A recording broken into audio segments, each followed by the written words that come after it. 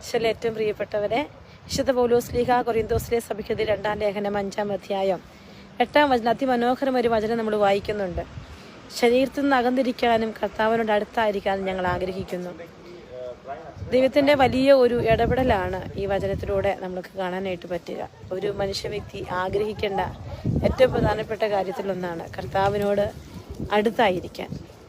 ഇന്ന് ഈ ലോകത്തിൽ ദൈവത്തിൻ്റെ വലിയ ദൈവാനുഭവങ്ങൾ സ്വന്തമാക്കാൻ പറ്റാതെ പോകുന്നതിൻ്റെ പ്രധാനപ്പെട്ട കാര്യം പലപ്പോഴും ശരീരത്തോടുള്ള മനുഷ്യൻ്റെ ആഗ്രഹവും സ്നേഹവും ശരീരമോഹങ്ങൾക്ക് അടിമപ്പെട്ടു പോകുന്ന ഒരവസ്ഥയാണ്.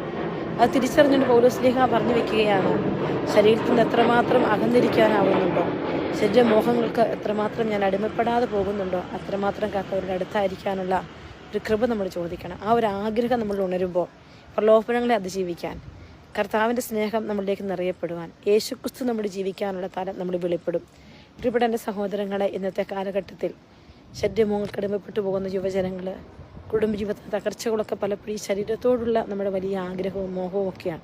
നമുക്ക് ഇന്ന് ഈശോയുടെ കരങ്ങളിൽ നമ്മുടെ ജീവിതത്തെ പ്രത്യേകമായി സമർപ്പിക്കാം. ഈശോയെ, എല്ലാ മക്കളുടെയും മേലെ ദൈവത്തിൻ്റെ ആത്മാവിൻ്റെ ഇടപെടലും ശരീരമോഹങ്ങൾക്ക് അടിമപ്പെട്ടു പോകാതെ കർത്താവിനോട് അടുത്തായിരിക്കാനുള്ള ആത്മാവിൻ്റെ കൃപ ലഭിക്കാൻ എല്ലാ മക്കളെ അനുഗ്രഹിക്കണമേ, ആശീർവദിക്കണമേ എന്ന് നമുക്ക് പ്രാർത്ഥിക്കാം.